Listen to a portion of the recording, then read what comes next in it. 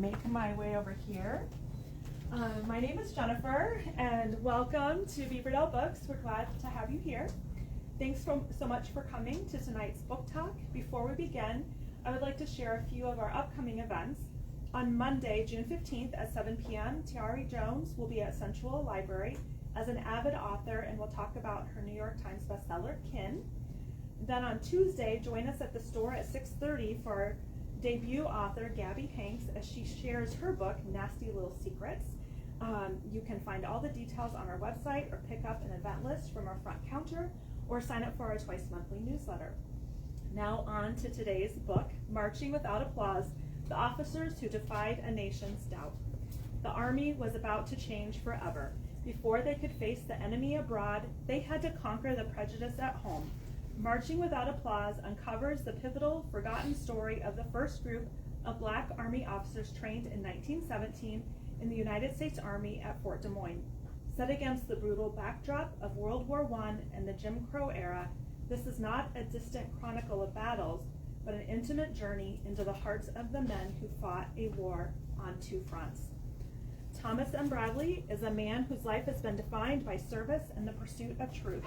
A retired U.S. Army colonel with a distinguished 30-year career, he commanded soldiers through eras of profound change. His mission of service did not end with his uniform. He answered a deeper call. Bradley was ordained as a Catholic deacon, dedicating his life to pastoral care, walking with families in grief, and offering hope to those struggling with addiction. Now as an author, he wields a pen with the same precision and purpose he once applied to military strategy. Bradley brings his first-hand understanding of command, his deep faith, and historian's rigor to unearth a story long overlooked. He does not just write history, he gives voice to the legacies of those who marched without applause, ensuring their valor is finally recognized. Please join me in a warm welcome for Tom.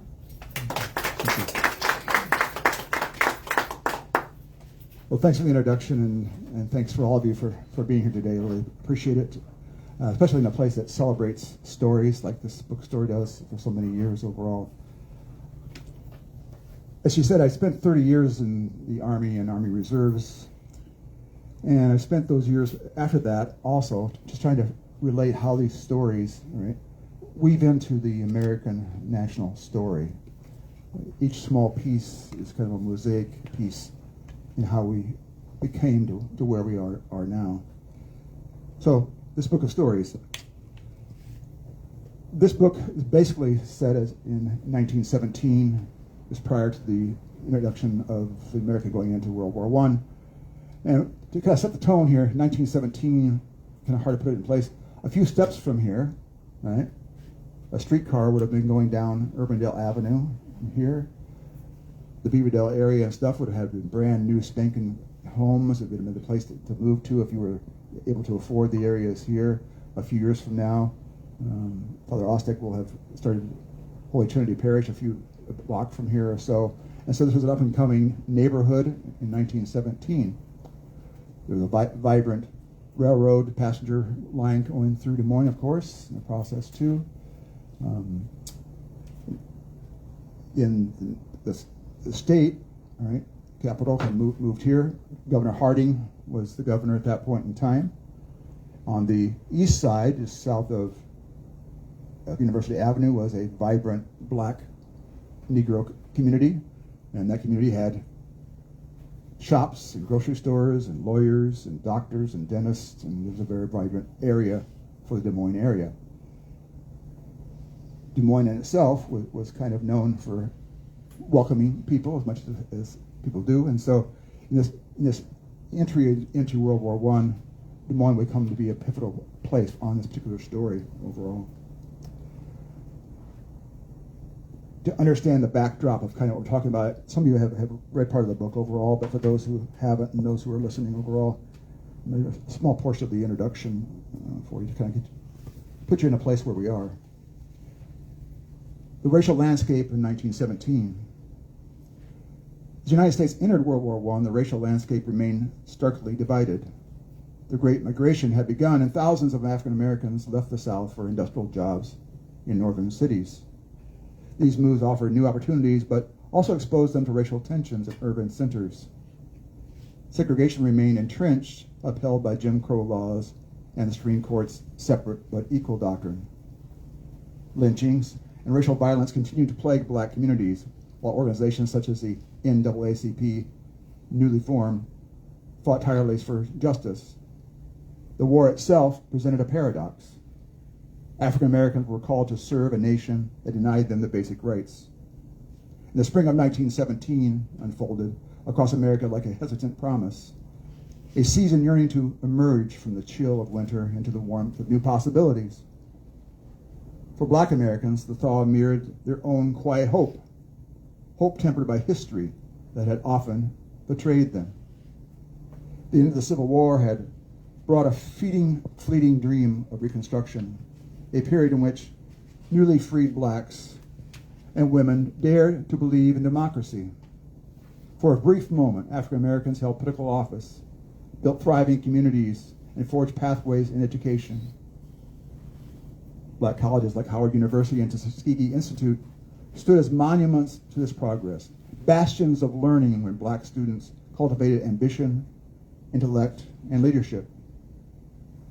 Yet, in the 19th century waned, the promise of Reconstruction collapsed. The dark era of Jim Crow stripped away many of the hard-won gains. Segregation spread across the South, while the North maintained its own barriers of equality. Black Americans faced disenfranchisement, economic marginalization, and violent repression. Lynchings became grotesque spectacles of terror, grim reminders of freedom did not yet guarantee safety. Amidst this adversity, black leaders emerged to inspire the hope. Acton Booker T. Washington preached a philosophy of self-sufficiency, emphasizing education and industry as a pathway to respect integration. W.E.B. Du Bois, in contrast, called for direct confrontation with injustice, urging what he called the talented 10th to lead the struggle for civil rights. These approaches differed. Both recognized the importance of African Americans' representation in public life, including the armed forces. Together, these strategies highlight the resilience, determination, and wavering spirit of African Americans who face relentless oppression. Woodrow Wilson, at this time, was the President of the United States. He had been hesitant to join the war that was going on in Europe. He held out as long as he could. When it became clear that he might join, his black leaders stepped forward and were very aggressive and very pro-thinking, saying, well, if indeed we do enter the war, maybe an opportunity for us, right, to have opened one door that was closed to us, and that was the officer corps of the United States Army. At that time, there was a few black officers, about 3 had gone through West Point. Very difficult time. They were harassed the entire 4 years they were there. Some barely made it through, and some didn't make it very long past in their careers once they did graduate from West Point. There were a few black officers in some of the big city National Guard units, but other than that, they're pretty much all white officers. The all black units, the 9th and 10th Cavalry, and the 24th and 25th Infantry, black units, but all their officers were white officers, and that's the way they intended to stay until this change overall.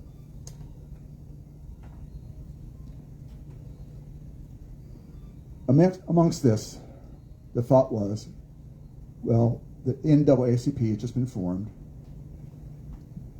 We'll get the black colleges lined up.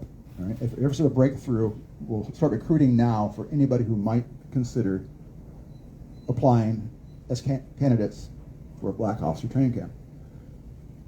There were several training officer camps for white men to become officers throughout the nation at that point in time, but not yet one for black officers. General Leonard Wood, a very well-respected general in the Army at that point in time, helped, along with Secretary of War Baker, right, in championing this idea of opening at least one, right, training camp for black men to become officers. It became clear, finally, right, after much talking to congressmen, and as you can imagine, politics back then was just as crazy and dysfunctional as it is now, and getting agreement was hard. But finally they decided, okay, we'll open one place, but where would that place be? They looked around. They didn't want to be in the southern states because that would be too controversial. They wanted to be too close to the East Coast. So Fort Des Moines was a fairly new, right, cavalry post. The 6th Cavalry had been here. They left recently to go down to the Mexico border, right, to some of the hostilities down there. And so Iowa had just passed some favorable laws, had taken some language out of their constitution and some of their laws, kind of took away some of those restrictions on Negro, they call it at that point in time, people. So they queried Governor Harding and decided at that point that Iowa would be the place. It'd be away from all the East Coast major newspapers, New York Times and all those things. And if something bad happened, it wasn't going too well, it'd take a long time for the news maybe to filter out of Iowa, and they could maybe work it through. So even in their optimism, they were very cautious about what was going on. And so they decided that they wanted 1,000 college graduates.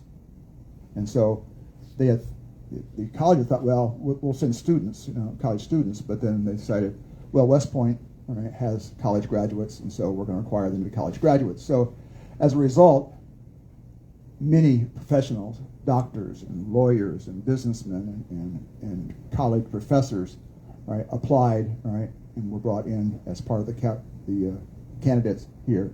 They also wanted to take advantage of the non-commissioned officers in those 4 units, the 9th and 10th Cavalry and the 24th and 25th Infantry, because they had the experience. They had many years of experience, and they'd be a good addition there. So 250 non-commissioned officers out of those 4 units were also selected to come in. And so in May and June, mostly in June, they showed up here at Fort Des Moines. I read the first excerpt of the book. And those who have read it, this book was never intended to be a history book per se. I wanted it to be something that you could read and enjoy and get ingrained, learn about the people who actually are walking through this. And so I made some composite characters, all right? The major players like W.E.B. Du Bois, General Leonard Wood, and those folks are all there. But I break a story out of it. And so one of the characters is Archie Adams. And this is how he starts. This is Wilmington, North Carolina, July 1898. The day leading up to Independence Day in Wilmington pressed down heavy with heat and anticipation. The town seemed to hum with festivities. White families draped their porches in red, white, and blue. Children dashed barefoot through the dusty lanes, waving little flags, and the scent of roasting pork mingled with the sweet pull of cornbread. For the Negro community, the holiday carried a different weight. July 4th proclaimed liberty, yet freedom was still a distant promise. Reconstruction, bright assurance had faded, leaving behind the sharp edges of Jim Crow. Archibald Adams carried the contradiction inside him. At 16, he was old enough to see the truth of his people's condition, but still young enough to imagine something more. On the morning of July 3rd, Archie sat in the stoop of the barber shop with Joshua Carter and a handful of neighborhood boys. They'd been tossing stones, bickering over whose throw carried the furthest. Then a new sound broke the game. Hoofbeats, steady and insistent, drumming through the streets. Archie rose, shading his eyes against the sun. "What is the—" Joshua began, but the sight stopped him cold. Negro soldiers, their uniform crisp, their posture unbroken, they rode into town with a calm assurance that seemed to shift the air itself. They did not avert their gaze, and they did not yield. The boys fell silent. "Lord have mercy," whispered Ezekiel, the youngest. "Ain't never seen nothing like that." Joshua whistled low. "You reckon they fought out west?" "Must have," Archie murmured. One rider's eyes locked on his. The man's golden chevrons caught the sunlight, and with a small, deliberate nod, he left Archie with something new, an ember smoldering deep inside. That evening, as the town busied itself with banners and lanterns for the next day's festivities, Archie and his friends gathered at the riverbank. their stones skipping across the water's surface, the soldier's image still lingering, too strong to shake off. You think we could ever be like them? Ezekiel asked, half hopeful, half doubtful. Joshua snorted. Those men? They ain't just soldiers. They got pride. They got power. Nothing telling them to step aside. Archie kept his eyes on the ripples. I want that. I want to be one of them. The boys turned to him. You serious? Joshua asked. Archie nodded. I never saw men like that before. Men who looked like us riding proud through Wilmington. I want that life. Ezekiel frowned. What about your folks? You think your mama's going to let you run off and join the army? Archie exhaled. They'll understand. Mama and Daddy know a man's got to find his own way. Joshua grinned, bumping his shoulders. Then you better write me letters. Tell me about those Western girl folks always brag about. Archie chuckled. You fool. Yet beneath the laughter, he knew his words weren't just boyish bravado. Something in him had shifted. That night, with the town alive with preparations, Archie sat on the porch beside his parents. His father, Samuel Adams, worked as a blacksmith and had a small stable, 2 horses and 4 mules. He had earned a solid reputation as a skilled at his craft. His mother, Ruth, sharp-eyed and steadfast, carried her strength in both word and in silence. You've been quiet, Ruth said, studying him. Archie hesitated, then asked, Mama, does the 4th of July really belong to us? She sighed, folding her hands. It belongs to the ones who fought for it. And some of the men did, Archie. They bled for this country, even when it turned its back on them. Samuel set down his pipe and grunted. Independence ain't about fireworks or speeches. A man carves it out with his own 2 hands. Archie stared at his own young, unproven. I want to be a soldier. Ruth drew a sharp breath. Samuel looked at him hard before answering. That's a rough road, son. Archie met his gaze. I know. That's the type of writing and story, hopefully, it makes itself through most of the story. There is areas of history kind of scattered throughout in little snippets to kind of bring you up to speed on what's happening in the nation. Talks about what's happening in Washington, D.C., has those conversations within Congress, has those conversations within the War Department, all to kind of build the process, too. But then they are selected. And so the bulk of the story is those men arriving here at Fort Des Moines and the process of their training and how they move through that training, the challenge they had here in Des Moines, the challenge they had trying to fit themselves into the mold of now an Army officer. Some wanted to push the boundaries here in Des Moines, the racial boundaries, and so there's this conflict always of, well, we're cadets, the people are supposed to treat us well, right? Not all do, but they kind of push the envelope, and so that conflict between the hesitant to push the boundaries, but the wish to really step forward. This is our time. This is our time. We can not only make headrows in the Army, but we can also make headrows in the community itself, right? They can see who we are. And so that story unfolds. And so the conversation continues throughout the book in that way. But why this story? I guess, as I said, I came across this story about 30 years ago when I was out at Fort Des Moines. They had a small museum, if you will, kind of along the walls, pictures and artifacts along the wall. And so Drill, I would have a chance to kind of go on and just imagine what those pictures and the people behind those pictures meant. And so I did more and more research, kind of said, well, this happened in Iowa. I grew up in Iowa. I'd never heard this story. I never knew it existed. I'd lived in Des Moines for several years at that point in time. Hadn't heard about this either. I'd been in the military for a long time and never heard this story. And so he said, this story has to be told sometime, somehow. There had been some books written by some of the people who went through it themselves or their grandsons, but nothing that really goes in depth about what was happening in the nation and how they actually walked through it. It's more a matter of fact, here's what happened, process two. I hope I wrote a book that is enjoyable to read. It has characters you can follow and you can maybe feel for. And I really wanted people to kind of feel the angst, the crunch. I wanted them to feel the sweat coming off their noses and the crunch of their boots. I wanted them to feel that what's happening in the barracks and what's happening in the headquarters buildings, and both good and bad, and the conflicts there. As an Army officer, I can relate to some of this stuff because when I went in 1974 as an infantry officer, there were the West Point officers who rightfully so had earned, that very. There are people like myself who had gone to Army ROTC through the university, and in my case, University of Iowa, all right, as one group.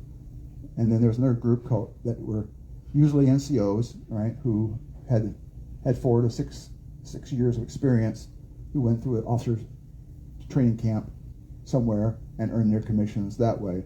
And so there's kind of a pecking order in that, and depending on where you are, you think you're the top of the pecking order, all right, in the process too. So West Pointers, bless their hearts, really think they're the top of the heap, and in some ways they are, because they've really dedicated 4 years of their life to that process too.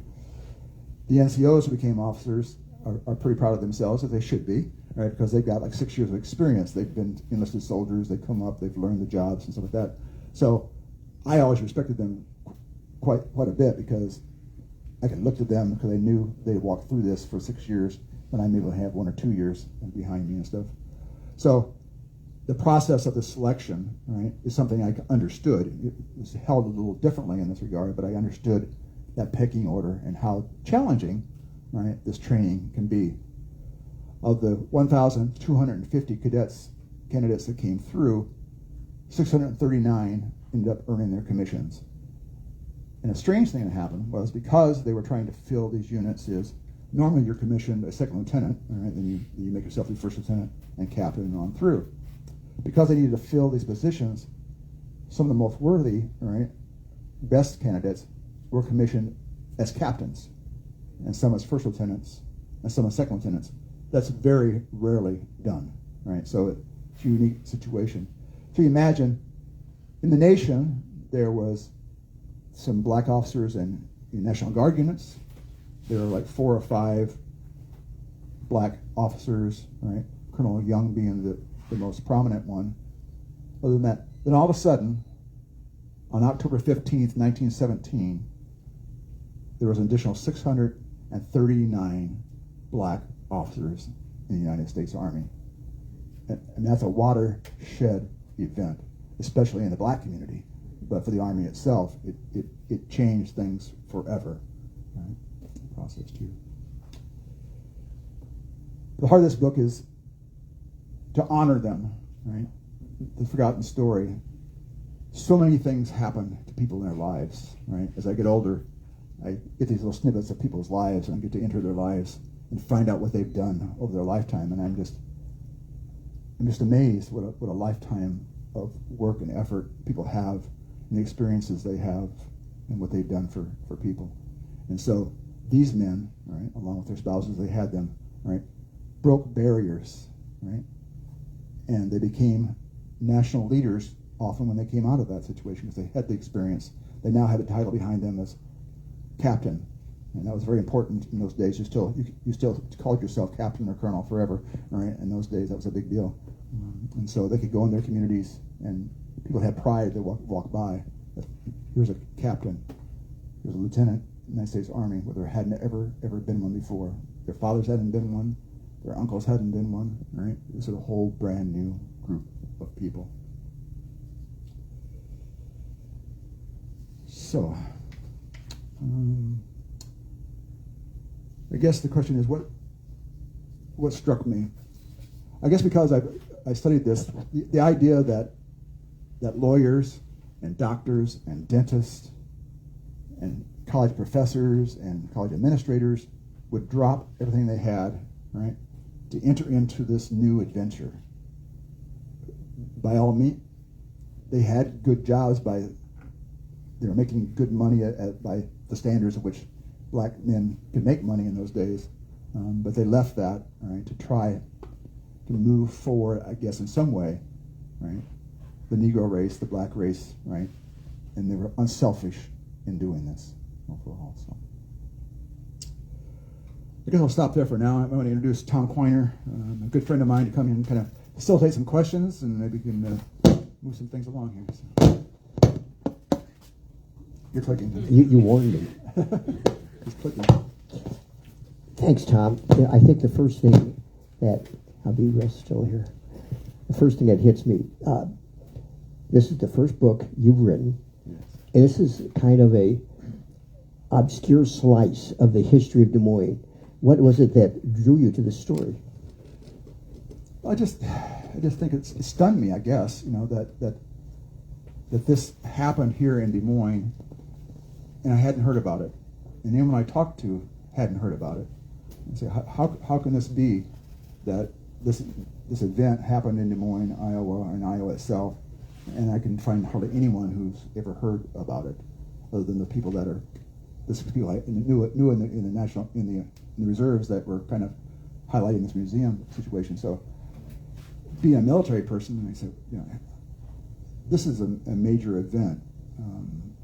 I served with many black officers in my career, right? And so I won't say it's second nature, but you don't really think much about it. You got Filipino officers, you got Hispanic officers, you got all that situation. So at least in that regard, I could see how far we had come as a nation, right? And some equal rights, at least in the military. You got to remember back then, though, there was a Marine Corps. They did not allow any officers. The Navy didn't allow any officers. They didn't even allow hardly any seamen.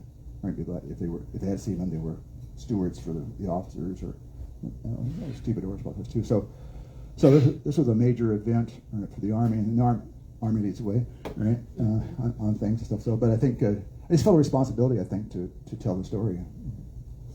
And part of the thing that's so interesting is the title of the book, Marching Without Applause. How did you come up with it? I'm not even sure I know how anymore. I knew they hadn't gotten recognition, right? So, how does one get recognition in the process too? And I as a young officer, I had been in many parades, if you will, right?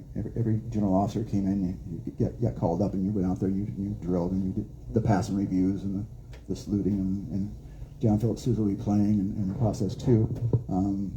But we didn't get applause, but we got thank you, right? At least by somebody. The general would shake your hand if you got to him and stuff like that. But I just realized these people had done this, right? And they came back with hardly any applause other than their own community. The white population, certainly, a few exceptions, of course, right? Didn't applaud them. In some cases, they beat them up, and sometimes they hung them in their uniform. And so, just kind of think, well, they're marching, they're doing this, right? And there's no applause coming. So I want to add some applause. Yeah, but it's a compelling title. And we're going to open it for questions in a few minutes, but I've got a few more here for you. So we've got this peace-loving Catholic bishop here who has also had a career in the military. And I'm just... Deacon. What's that? Deacon. Not a bishop. Deacon. I mean deacon. Sorry. Bishop Johnson. I don't want that job. Bishop Jones, I'm so sorry. I got you into hot water there. But We'll cut that out. how did your military background, shape all this story? Well, like I said, I've lived part of it. I mean, nothing's perfect. When I joined in, Vietnam had just waned down, and there were a lot of soldiers, black, white, and all the ethnic groups, who had served in Vietnam. Many had gotten out, but there were still some who were still there. And there was racial tension during that period of time. It didn't go away in the 60s, right, in the 70s. And so, as a young officer coming from Iowa, I met 3 black people in my entire life, I think, before I went to Fort Benning, Georgia. So I won't say I was naive. I think that was the case, but it just didn't have that experience.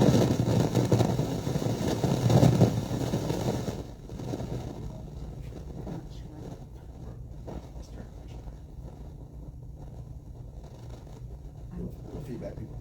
Yeah, I'm not sure how to fix it. I just turn it off. Yeah. I just make life simple for everyone. Yeah, Okay. thank you. All right. I think mine's okay. Someone's down, we'll see. But anyway, so I think my experience in just dealing with people of different races and nationality in the Army, at least in my portion of the world, right? It was not a situation. There was respect. There was, we honored the position. We knew how hard people had worked to earn their commissions and their rank. So we knew it wasn't given to them. So why would I be thinking less of them? It wasn't in my DNA anyway to do that. So, but I think just having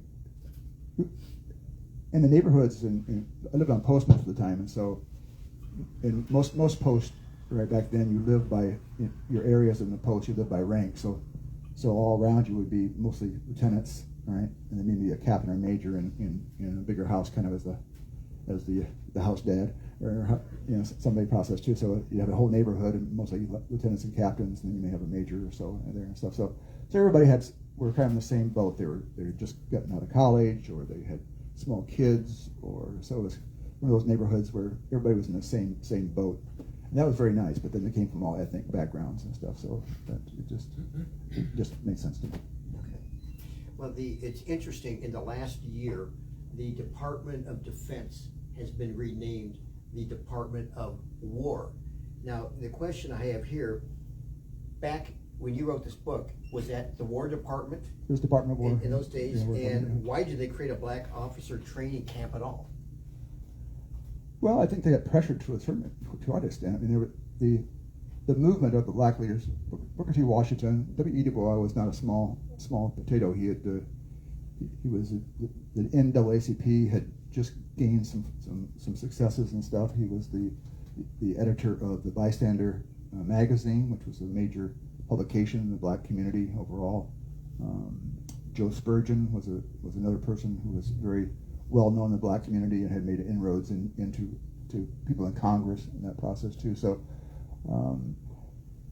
but I think Secretary of War Baker was a friend in that regard. General Leonard Wood, right, was a friend in that regard, and obviously well respected. And so they were able to get that voice into the people who really wanted to. Now, Wilson, I am sure he really didn't want to go that direction. Woodrow Wilson, right, was a Southerner, right? His father was a Protestant minister, right, and he was a Protestant chaplain for the Confederate Army of the United States at the time, and his denomination gave him a slave to be with him while he was serving as a chaplain for the Confederate Army and stuff. So Woodrow Wilson was only one half a step away from the reality of slavery in that process too, and so that died hard on him. He was not a really friend of desegregation overall. So. Yeah. Let's bring it back to Des Moines a little bit more. So how many people were in the camp at Fort Des Moines? How many black officers? Well, 1,250 came initially. All right. How were they received in Des Moines, and what kind of impact do they have on the greater Des Moines economy and in the black economy? Well, quite a bit. I mean, the good thing about that, a lot of soldiers who came here, they got government script, right? And they came in. The officer candidates were paid $75 in gold coin, right? So the merchants loved them, right? Because they get this money in their hands overall. So both white and black merchants, loved the idea of them doing. They had reservations about a black person in their store, but money talks sometimes, and so it erodes some of those barriers overall. Obviously, the black population were just amazed because, I mean, even among the population in general, the number of people who have college degrees at that point in time was fairly low.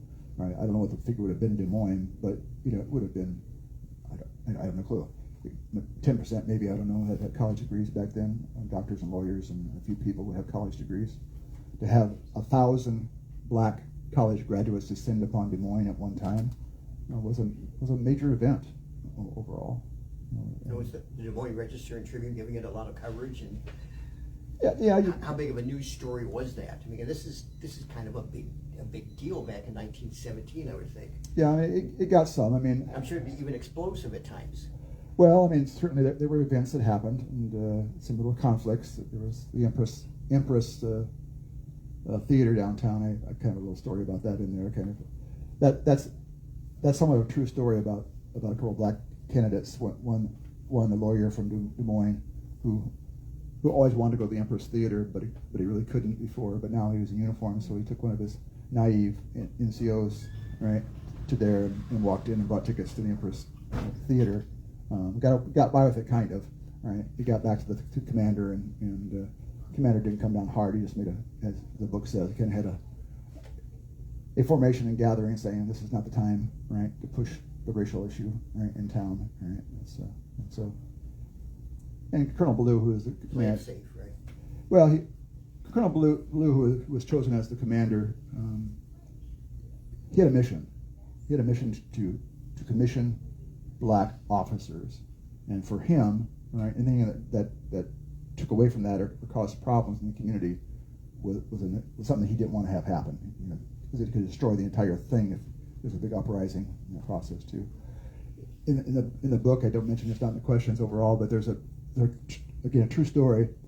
There was a race riot in Houston, of course, right? But there was a race riot in East St. Louis in July of that year while they were at camp.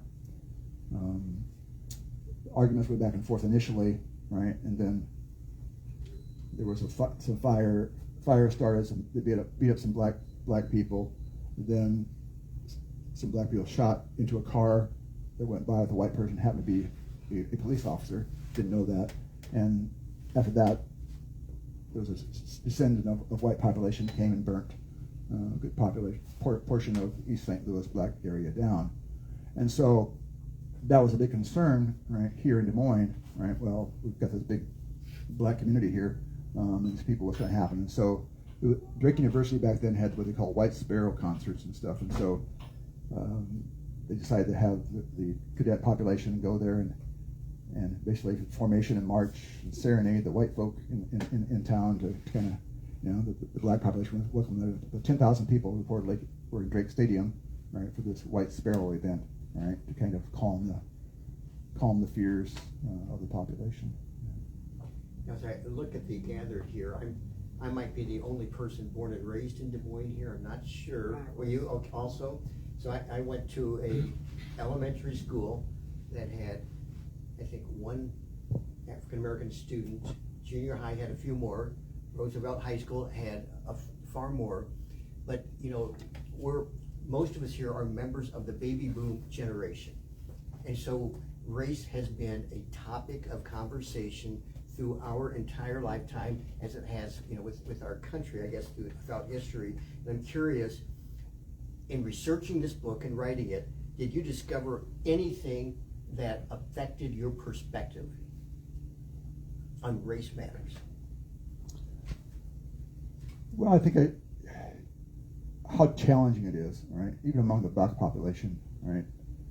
Back then, the three people I mentioned, Booker T. Washington, Joe Spurgeon, W.W. Du Bois, didn't agree on the path forward, right, in this process. They all had good ideas, right, and they kind of support each other to a certain point.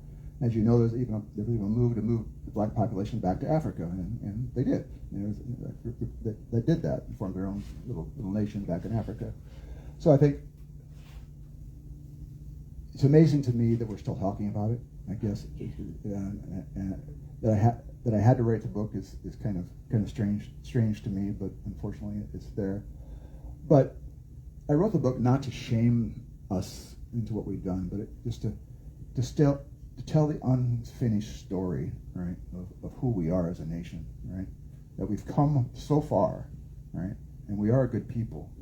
We don't always agree on the path forward, but most of us, right, want things to be good. Most of us want things to be calm, and most of us want race relations to be reasonable. But unfortunately, we have the culture situations. We have the immigration situation going on here, which has been an age-old problem since this time, and the Irish coming in and the Germans coming in. Anytime you rock the boat, people get uncomfortable. Right? You feel the same way. You get a strange person moving into the house next door where your nice friendly old lady died, and they sold the house finally, and then you get a family with kids and their little ruckus and stuff like that. Yeah, we don't do well with change, I think, overall. So That's probably true. Do we have time to take a question from the audience? yeah.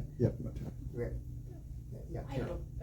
You kind of asked the question, Tom, and you kind of answered it, but when I was listening to you talk, I can't remember, when did World War I start? Well, it started in, I think, in 15, right? I think it was. So then I was wondering, did they, Tom Q there asked, why did they even do this? And I found myself wondering, did they do it out of, lofty notions of helping the blacks get their rightful place? Did they do it because they needed more black officers? And especially since they obviously needed blacks in the army. And so they thought that, well, then we need black officers to serve them. I just wondered, I found myself wondering, what was the real motivation? I don't think there's a real motivation by the national leaders overall to have black officers. They'd had black soldiers for a long time, and they were perfectly fine with having white officers. They thought that was the natural order of things and stuff. So certainly there were exceptions to that in the communities and stuff. If that was about time. I mean, just like anything else, like now, there were a lot of people in the cities that felt that they should be open to black men to be able to have this opportunity to be officers. So there's certainly this group of people who would support this, very progressive people who would say this is okay. But I don't think from the Army's point of view, because even when they decided this, the quartermaster and the artillery refused to take any black officers. I don't know how they got away with that, but that was the way of things. So even though the Secretary of War said we're doing this, there was enough resistance by general officers, right, to say, well, not my corps, right, not coming here. So. Tom, we have a lot of churchgoers here. Carol, I'll come right back to you, but I was just curious. We have a lot of churchgoers here, and the church has been a source of tremendous strength to the African American community. With these soldiers poured into Des Moines, I'm just curious, how vibrant were the Des Moines churches then? Were the churches all totally segregated, and what was the dominant faith of these soldiers? Well, but prominent would be, I mean, they were Baptist and mostly Protestants. If you read the book, I have one character basically who becomes Catholic in the book. It's kind of a homage to. Did you make that? I mean, did that really happen? Homage, no, that's a fictional one. I mean, it may have happened, but I don't have any proof of that one process too. But I had to put one in there. Process too.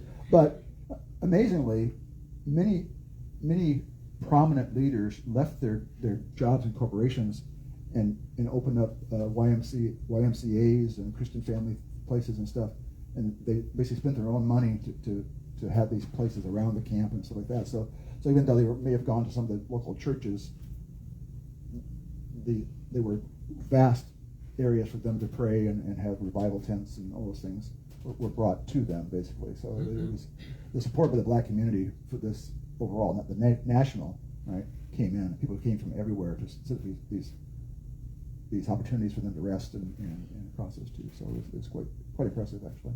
Okay. Well, the most literate person in this room, I think, has an important question. Thank you. Shall I stand on a chair or shall I sit? You're welcome to go Yeah. here. Tom, I think you kind of answered it a little bit, but I was wondering, like when you were saying the higher ups were saying that this is a time to have to bring in the black community as soldiers. But what was this? What do you think the motivation of the soldiers was? The higher, the ones that were in charge were like, yeah, maybe this is a good time to bring, black communities in. But what was their motivation? Because, for me, if I was thinking about myself, it would be really hard to go in and to sign up and to know you weren't going to be treated quite the same. So was their motivation for their country? Was it for, what do you think really brought them in? They're always, I think, built into the black community overall, and white community too, was this patriotism. There was a feeling among certain white population that maybe the black population really wasn't, as patriotic because they've been treated badly and stuff. So can we really trust them in the process too? W.E.B. Du Bois lived in this talented tent. There was this push that if you're able, if you're capable and you're educated, right, you have a responsibility. It was baked into every black college back then, and probably in all even in the homes, that if you have an opportunity, right, to succeed not just for yourself but for your people, right, that you had to do it. And so that's why so many people just left their job. I mean, most people had like a 1 month heads up. They made the decision in May, and they came here in June, right? So they dropped everything to come here. So it was that sense of responsibility that I don't know how they got that. All I can imagine is that's what we do as a people to bring our people forward. We have to take this opportunity. We have to grab this, because this will be a major movement forward in our population. And so it was just a sense of duty, I think, overall. What seems to me, this book is so timely because in 3 weeks we celebrate the 250th anniversary of the signing of the Declaration of Independence, which stated we have God-given rights of life, liberty, and the pursuit of happiness. And so this book of yours shows, I think, the journey the country's been on. We've had a long ways we've had to come, and we're striving. As you think about it, what do you hope readers carry with them after reading your book? I hope they're grateful. I think they're grateful for the nation. I think they're grateful for these men who took the chance and left their jobs to do this, and all the men who have served in both military service, but also other things. Also, I think just that so many people have done great things for their country and for the people around them, that this is just one of many, but it's a significant one of many. Thank you so much for coming. Thank you for everybody for here, those watching. I appreciate it. Tom, thanks for writing the book. Hey, thank you.